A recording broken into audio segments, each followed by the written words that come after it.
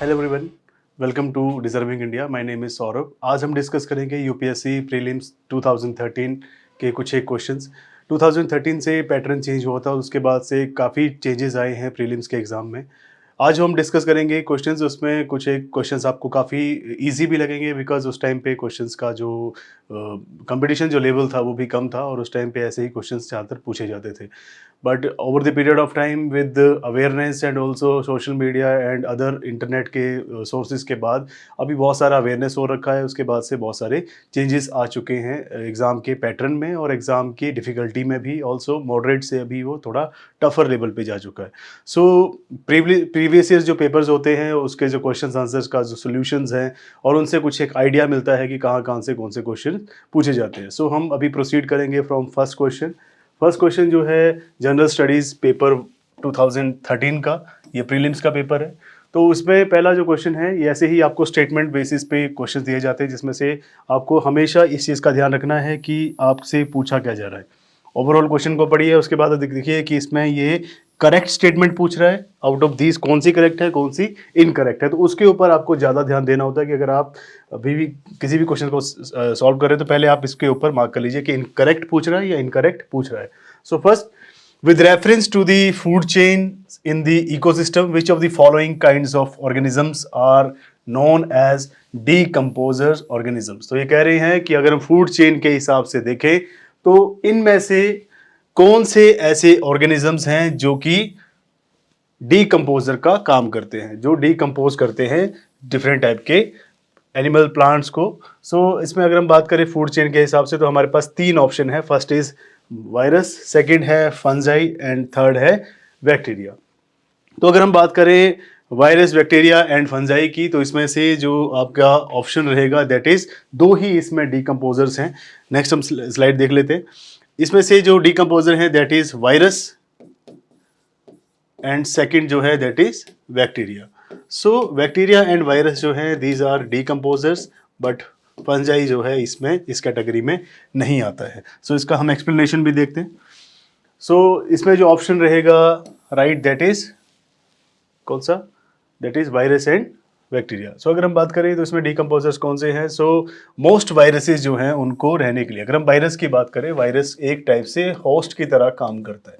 Virus का खुद का कोई ऐसा एरिया नहीं होता, ये लिविंग सेल के बीच में एंटर करता है, अपने डीएनए को उसमें एज अ होस्ट यूज करता है। लिविंग सेल को, ये लिविंग जो सेल्स होती है जिसमें ये एंटर करता है उसको वो सॉरी होस्ट की तरह यूज करता है, और ये पैरासाइट की तरह काम करता है।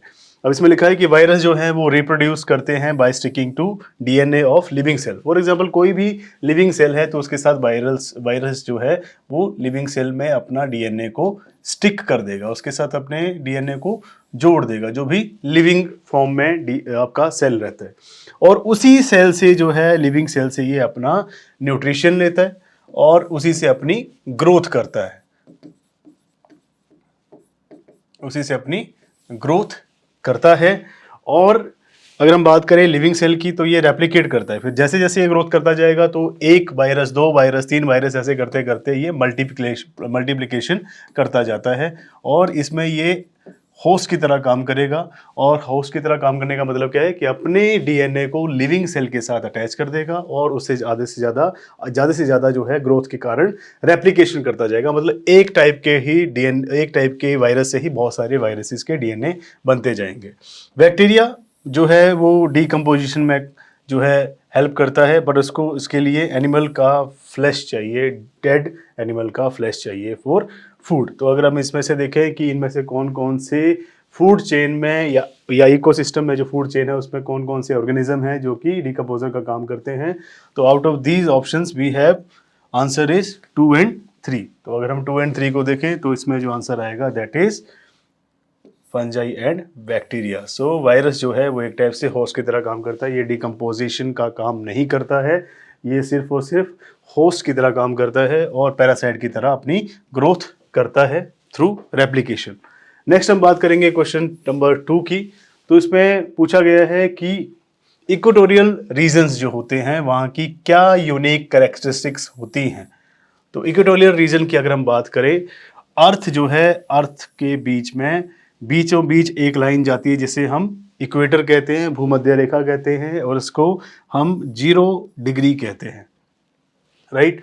और इस 0 डिग्री से लेके 10 डिग्री अगर आप नॉर्थ की तरफ जाएं और 10 डिग्री साउथ का एरिया अगर आप लेते हैं, इसको अगर हम शेडेड रीजन बना दें तो इस रीजन को हम कहते हैं दैट इज इक्वेटोरियल रीजन। तो 0 डिग्री से लेके 10 डिग्री नॉर्थ और 0 डिग्री से लेके 10 डिग्री साउथ का जो रीजन रहता है नियर बाय इक्वेटर, उसे हम इक्वेटोरियल रीजन कहते हैं।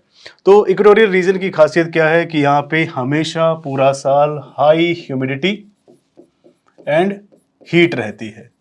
ऐसा क्यों है हाई ह्यूमिडिटी एंड हीट? क्योंकि ये पृथ्वी को 2 भागों में विभाजित करता है। अपर पार्ट जो है that is divided into, the earth is divided into 2 parts bye equatorial line या फिर equator, southern hemisphere and northern hemisphere में।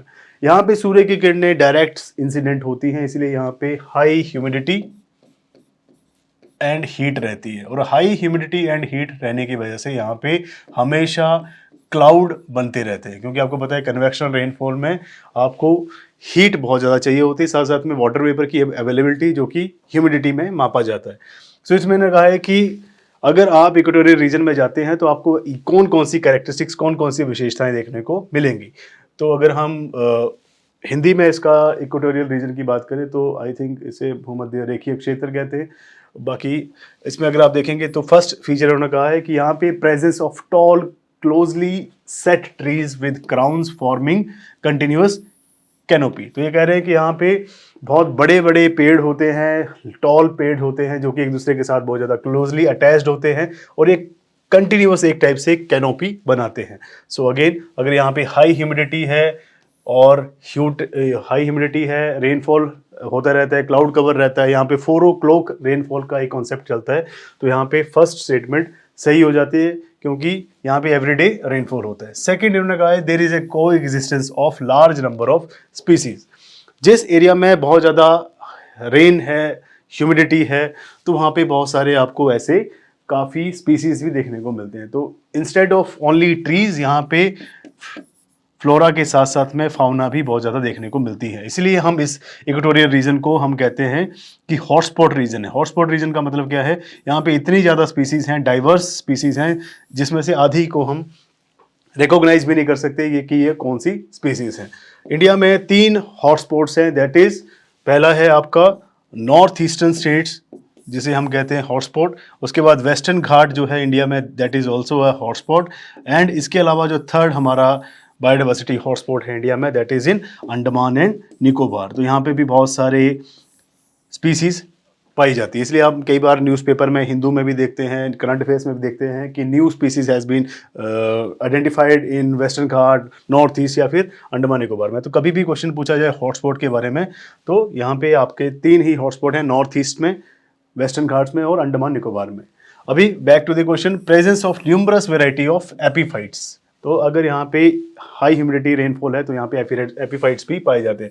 एपीफाइट्स को सिंपल समझिए, एपीफाइट्स का मतलब होता है कि ऐसे ट्रीज या ऐसे ऑर्गेनिजम्स जो डिपेंडेंट अपॉन अदर, तो ये दूसरे के ऊपर डिपेंडेंट रहते हैं, उन्हीं में से न्यूट्रिशन लेते हैं, उन्हीं के थ्रू ये ग्रोथ करते हैं, तो यहाँ पे एपीफाइट्स भी पाए जाते हैं। सो इन तीनों ऑप्शंस को रिकॉग्नाइज करते हुए इसका जो आंसर बनता है that is 1, 2 and 3, that is answer D. अगर हम बात करें थर्ड क्वेश्चन की, थर्ड क्वेश्चन में ये पूछ रहा है कि the most important fishing grounds of the world are found in the regions where. ये पूछ रहा है कि पूरे विश्व में अगर हम बात करें तो सबसे ज़्यादा जो फिशिंग एरियाज या फिशिंग ग्राउंड्स आपको कहाँ देखने को मिलेंगे। तो इसमें इन्होंने ऑप्शंस दे रखे हैं स्टेटमेंट में। पहले उन्होंने लिखा है कि warm and cloud atmospheric currents, जहाँ पे warm and cold atmospheric currents मिलते हैं वहाँ पे आपको फिशिंग एरियाज मिलते हैं। तो फिशिंग एरियाज की अगर हम बात करें तो वर्ल्ड में सबसे ज़्यादा फिशिंग एरिया उसी एरिया में मिलेंगे जहाँ पे क्या होगा, मैरीन प्लांट्स बहुत ज़्यादा होंगे, क्योंकि जितने भी फिशेज़ हैं उनको अपने न्यूट्रिशन के लिए, वहाँ पे डिमांड के लिए उनको एक्वेटिक प्लांट्स या फिर मैरीन प्लांट्स चाहिए हैं। सो ये पहला जो स्टेटमेंट है दैट इज़ टोटली रॉन्ग, क्योंकि एटमॉस्फेरिक करंट जहाँ मिलेंगे तो उससे कोई भी फायदा नहीं होगा। Second, river drains out large amount of fresh water into the sea. But river जितना भी अपने साथ सेडिमेंट्स लेके जाती है उससे डेल्टा बना देती है। रिवर के में जितने भी वाटर में अवेलेबल होता है कैल्शियम, उस कैल्शियम को ये फाइटोप्लैंक्टन्स खत्म कर देते हैं। सो ये कहीं ना कहीं रिवर का वाटर फ्रेश होने का मतलब क्या होता है, रिवर वाटर जो है उसमें सेलिनिटी बहुत कम होती है, खारापन बहुत कम होता है, क्योंकि उसमें 0 to 5% ही सेलाइन वाटर रहता है। बट ये सी लेवल का जो वाटर होता है, ओशन वाटर जो, तो बहुत ज़्यादा सेलाइन होता है। थर्ड ऑप्शन जो है सेकंड, इसमें सेकंड ऑप्शन भी गलत होता है। थर्ड ऑप्शन है that is warm and cold ocean currents meet. जहाँ पे वार्म एंड कोल्ड, जहाँ पे ठंडे और गर्म समुद्री धाराएं मिलती हैं, वहाँ पे आपको मैक्सिमम फिशिंग एरियाज के लिए बहुत ज़्यादा एरिया, बस बहुत ज़्यादा फिशिंग ग्राउंड्स देखने को मिलेंगे। तो ऐसा ही एक जो फिशिंग ग्राउंड है that is in the grand banks, that is in the Atlantic, north Atlantic. North Atlantic में एक जगह है दैट इज ग्रैंड बैंक्स, जहाँ पे ओएशियो करंट जो है वो नॉर्थ अटलांटिक ड्रिफ्ट के साथ मिलता है, तो वहाँ पे सबसे बड़ा फिशिंग एरिया बनता है। सो थर्ड ऑप्शन इसमें सही है। लास्ट में लिखा है कॉन्टिनेंटल शेल्फ इज अनड्यूलेटिंग, सो ये भी गलत हो जाता है। सो अगर हम बात करें प्लैंक्टन्स, जिसे हम फाइटोप्लैंक्टन्स भी कहते हैं, तो इसमें सिंपल सी बात है, अगर फिशिंग एरिया होना चाहिए तो वहाँ पे मैरीन प्लांट्स होने चाहिए, और इन्हीं मैरीन प्लांट्स को कई जगह पे प्लैंक्टन्स लिखा होता है बुक्स में, कई जगह पे फाइटोप्लैंक्टन्स लिखा होता है। तो जहाँ पे फाइटोप्लैंक्टन्स बहुत ज़्यादा अबंडेंट होंगे, वहाँ पे warm and cold ocean currents मिलते हैं। ओशन करंट एक बहुत बड़ा टॉपिक है, ये ज्योग्राफी में आता है, ओशनोग्राफी में, तो इसे लेटर ऑन डिस्कस किया जाएगा। तो these are the areas of large fishing grounds of the world. So इसलिए जहाँ पे भी warm and cold ocean currents मिलेंगे वहाँ पे फिशिंग एरियाज बहुत ज़्यादा होते हैं।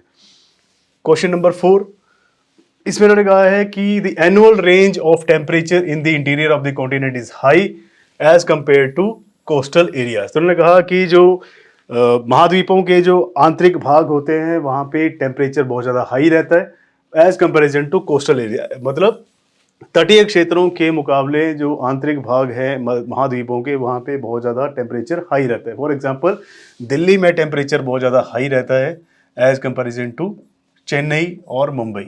तो यही डायरेक्ट उन्होंने क्वेश्चन पूछा है, अभी हमें इसका जवाब देना है और ये क्लाइमेटोलॉजी का एक पार्ट बनता है।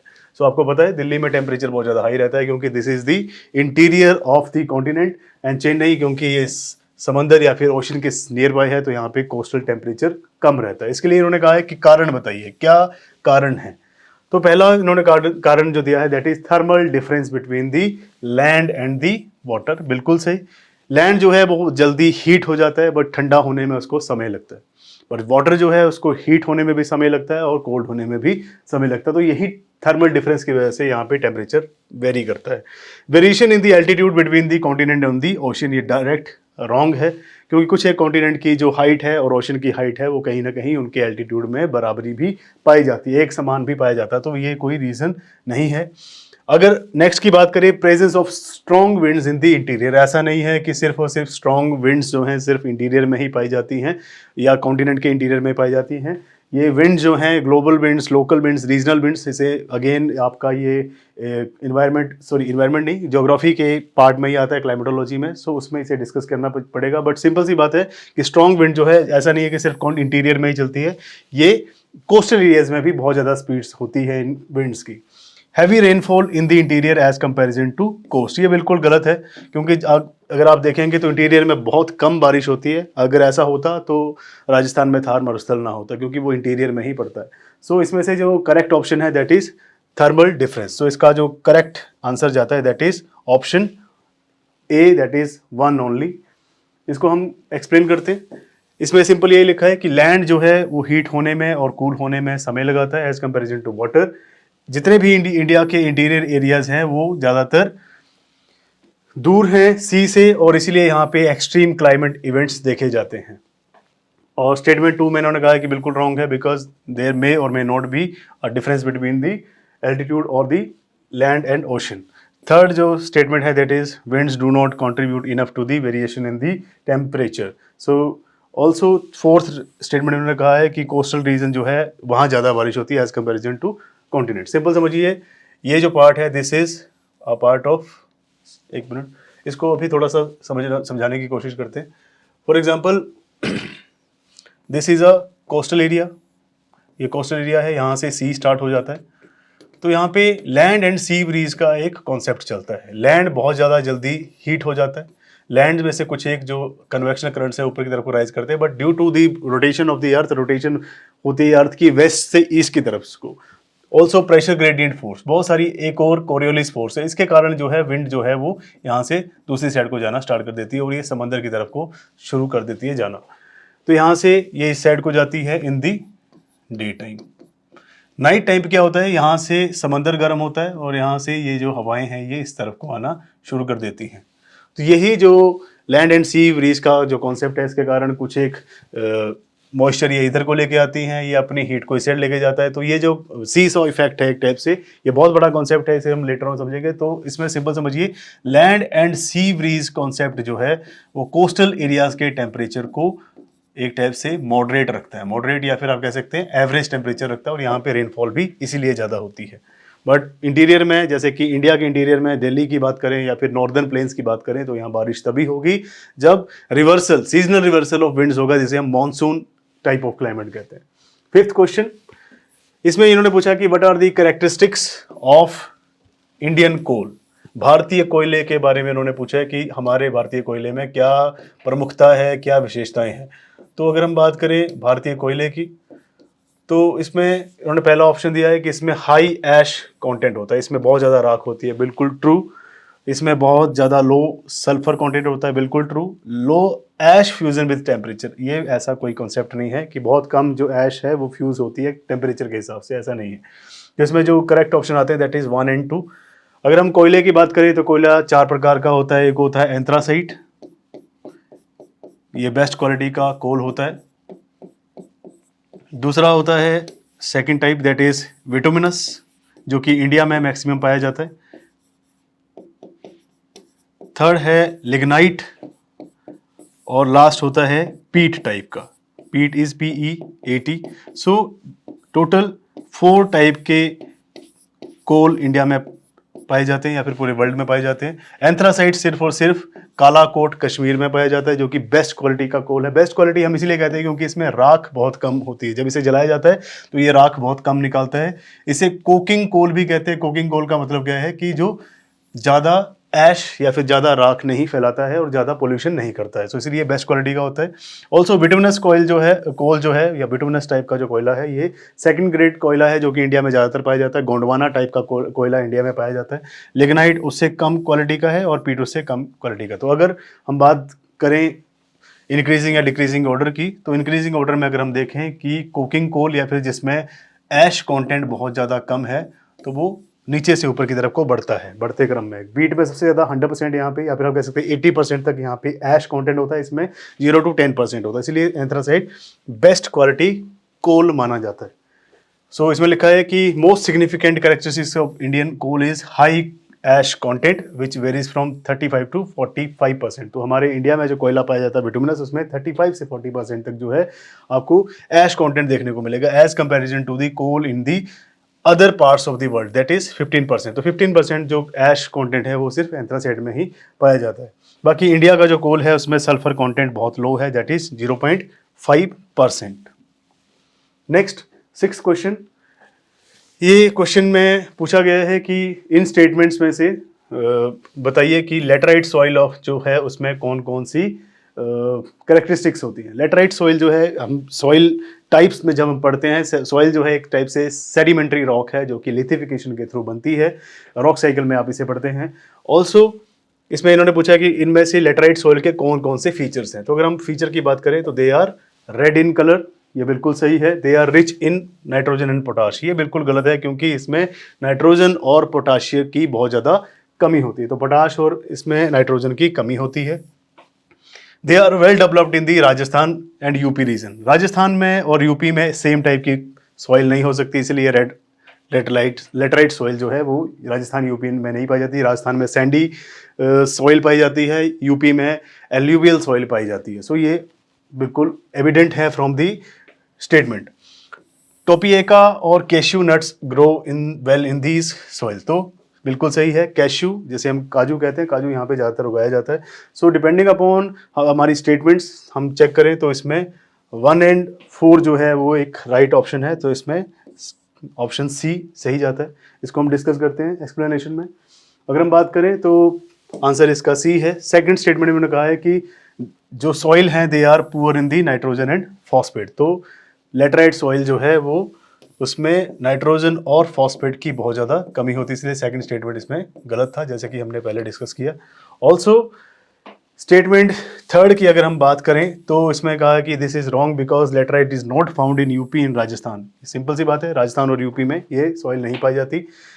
राजस्थान में सैंडी सॉइल है, यूपी में एल्यूवियल है। Red laterite soil in Tamil Nadu, Andhra Pradesh and Kerala, यहाँ पे ज़्यादातर ये पाई जाती है और यहाँ पे ट्री क्रॉप्स उगाई जाती है। ट्री क्रॉप्स का मतलब क्या है कि कैश्यू नट्स को यहाँ पे उगाया जाता है, क्योंकि ये ट्री की फॉर्म में होता है, पेड़ों की, वृक्ष की फॉर्म में होता है। सेवंथ क्वेश्चन की अगर हम बात करें तो इसमें डायरेक्ट क्वेश्चन पूछा गया है कि इन स्टेटमेंट में से बताइए कि कहाँ पे नेचुरल गैस पाई जाती है। उन्होंने कहा कि नेचुरल गैस जो है वो गोंडवाना एरिया में पाई जाती है। दूसरा स्टेटमेंट है माइका जो है वो अवेंडेंस में मिलता है, बहुत ज़्यादा मात्रा में मिलता है कोडरमा प्लेट्यू में। और थर्ड इन्होंने लिखा है धारवाड़ जो है वो पेट्रोलियम के लिए फेमस है। वो डिपेंडिंग अपॉन दिस हमारा जो यूपीएससी का सिलेबस है उसमें भी लिख रखा है distribution of resources and factors affecting the distribution of resources and factors affecting the distribution of industries. तो उसमें से ये क्वेश्चन पूछा गया है, तो अभी इसमें से हम इसको डिस्कस कर लेते हैं। तो अगर हम डिस्कशन की बात करें कि कहाँ पे कौन सी रॉक्स पाई जाती हैं, तो इसमें जो ऑप्शन है दैट इज बी ऑप्शन इन्होंने सही बताया है। B option that is second, mica सिर्फ और सिर्फ अबंडेंस में मिलता है कोडरमा में। गोंडवाना में गैसेस मिलती हैं ऐसा 100% नहीं कह सकते, क्योंकि गोंडवाना में ज़्यादा कोयला पाया जाता है। ऑल्सो धारवाड़ की अगर हम बात करें, धारवाड़ में ज़्यादातर आपको क्या देखने को मिलेगा, ज़्यादातर आपको देखने को मिलेगा यहाँ पे mineral resources, metallic minerals, ores, अयस्क यहाँ पे ज़्यादा मिलेंगे, यहाँ पे धातुएं ज़्यादा मिलेंगी। तो नेचुरल गैस की अगर हम बात करें तो ये ज़्यादातर उन एरियाज़ में पाई जाती है जहाँ पे ऑयल है, जहाँ पे ऑयल फील्ड होती है। एक्सक्लूसिवली अगर हम बात करें तो इसके रिजर्व जो हैं ज़्यादातर आपको देखने को मिलेंगे ईस्टर्न कोस्ट में, और ईस्टर्न कोस्ट में इन्होंने लिखा है तमिलनाडु, उड़ीसा, आंध्र प्रदेश। तो अगर हम बात करें कृष्णा गोदावरी, यहाँ पे अभी रिसेंटली शेल गैस को निकालने का भी कार्य किया जा रहा है। तो इन एरियाज़ में ज़्यादातर आपको गैस के रिजर्व्स देखने को मिलते हैं। ऑल्सो महानदी, तो ये ईस्टर्न कोस्ट में इन्होंने बताया है कि ज़्यादातर जो है सही आंसर के हिसाब से यहाँ पे मैक्सिमम आपको देखने को मिलेंगे रिजर्व्स। नेक्स्ट जो 8th क्वेश्चन है ये डायरेक्ट क्वेश्चन है, ये एग्रीकल्चर का क्वेश्चन है। एग्रीकल्चर जो है ज्योग्राफी के ही पार्ट में आता है। इसमें पूछा है कि इनमें से कौन कौन सी खरीफ फसलें हैं। खरीफ फसलें सिंपल सी बात है, ऐसी फसलें जो कि बरसात या फिर आप कह सकते हैं आफ्टर समर्स के बाद जो फसलें उगाई जाती हैं उनके बारे में बात कर रहे हैं। तो अभी रिसेंटली जो हमारी फसलें चल रही हैं दैट इज़ अभी के रीजन में, आज के वक्त में, दैट इज़ खरीफ क्रॉप, जो कि अप्रैल से लेके अक्टूबर तक चलती हैं। उसके बाद फिर नवंबर टू मार्च के बीच में जो है राबी, जिसे राबी क्रॉप्स कहते हैं, वो उगाई जाती हैं। इन दोनों फसलों के बीच में जो एरिया आता है, जो एक पॉइंट आता है जिसे हम जायद क्रॉप्स भी कहते हैं। जायद का मतलब क्या है, इसमें ज़्यादातर तिलहनों को उगाया जाता है, ऑयल सीड्स को उगाया जाता है, पल्सेस को उगाया जाता है, कई जगह पे सब्जियां भी इस सीजन में उगाई जाती है। तो ये क्रॉप के कुछ एक टाइप्स हैं, खरीफ, राबी एंड जायद। तो अभी जो हमारा रिसेंट सितंबर में चल रहा है दैट इज़ खरीफ क्रॉप अभी उगाई जा रही है। तो इसमें से डायरेक्ट क्वेश्चन पूछा कि इनमें कौन कौन सी है। तो कॉटन आपको पता है, कॉटन राबी क्रॉप में आता है।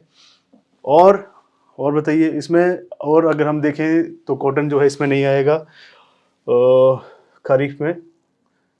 ऑल्सो राइस इसमें आता है, वीट जो है ये भी राबी क्रॉप का पार्ट है। तो इसमें थोड़े ऑप्शंस में मिस्टेक है, बट अगर हम देखें तो इसमें ज़्यादातर थर्ड ऑप्शन सही है, ग्राउंड नट भी सही है। तो इसका जो ऑप्शन है that is should be B option.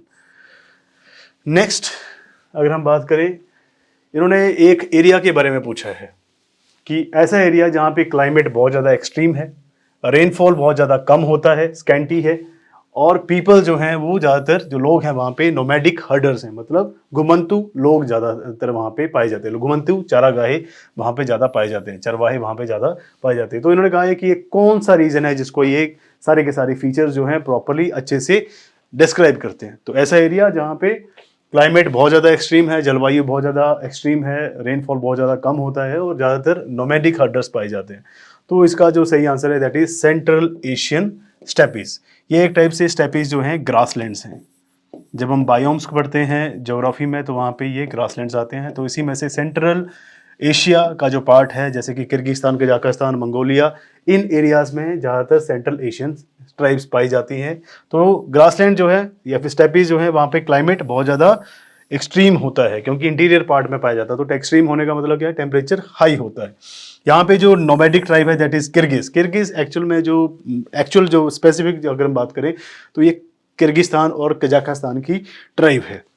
Rainfall यहाँ पे बहुत कम होता है इसीलिए यह ग्रासलैंड्स हैं। एंड अफ्रीकन सवाना जो है यहाँ पे मैक्सिमम मॉडरेट होता है। तो अगर हम सारे सवाना एरियाज की बात करें तो अफ्रीकन सवाना में थोड़ी मॉडरेट टाइप की बारिश होती है। Last question that is 10th question. इसमें कहा है कि थंडर स्टॉर्म के दौरान थंडर जो स्काई में बनता है वो कैसे बनता है। तो उन्होंने इसके बारे में पूछा है कि थंडर स्टॉर्म के दौरान जो थंडर क्रिएट होता है, फॉर्मेशन होती है थंडर की, वो कैसे होती है। पहला उन्होंने लिखा है meeting of cumulonimbus cloud. Cumulonimbus clouds again ये पार्ट है क्लाइमेटोलॉजी का। तो टाइप्स ऑफ क्लाउड में एक टाइप से क्यूमुलोनिम्बस क्लाउड होता है। क्यूमुलोनिम्बस बहुत ज़्यादा हाई होता है और इसमें ये ब्राउन कलर का होता है, बहुत ज़्यादा हैवी रेनफॉल करता है ज़्यादातर। ये आप क्यूमुलोनिम्बस क्लाउड को आप देख सकते हैं during the time of monsoon.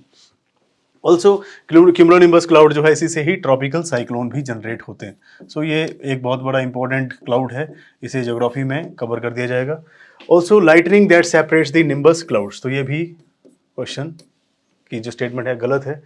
Last है इसमें violent upward movement of the air and water particles, की हिंसक रूप से जब हवा ऊपर की तरफ को जाती है और वाटर पार्टिकल्स ऊपर की तरफ को जाते हैं तो उसकी वजह से थंडर बनता है। ये बिल्कुल सही है क्योंकि इनके बीच में फ्रिक्शन होगा, वही फ्रिक्शन जो है उससे चार्जेस डेवलप होते हैं, उसी चार्जेस को जब आप देखते हैं तो एक टाइप से थंडर क्रिएट करते हैं, बहुत सारी हैवी साउंड आती है। तो इसका जो सही ऑप्शन है that is option A and statement first only. So thunder के बारे में मैंने लिखा है कि थंडर जो है एक टाइप की साउंड है जो कि जनरेट होती है ड्यूरिंग लाइटनिंग। जब भी बारिश के दौरान, तूफान, आंधी के दौरान जब बहुत ज़्यादा थंडर की आवाज़, गरजने की आवाज़ आती है तो लाइटनिंग के कारण होती है। इसमें क्या होता है कि एकदम से sudden increase in the pressure and temperature from the lightning produces rapid expansion of the air surrounding and with in a bolt of lightning. तो ये कह रहे हैं जब एकदम से इंक्रीज होता है, लाइटनिंग जब इंक्रीज होती है तो उसके कारण प्रेशर और टेम्परेचर में भी डिफरेंसेस आते हैं और एकदम से लाइटनिंग एक्सपैंड होने शुरू कर देती है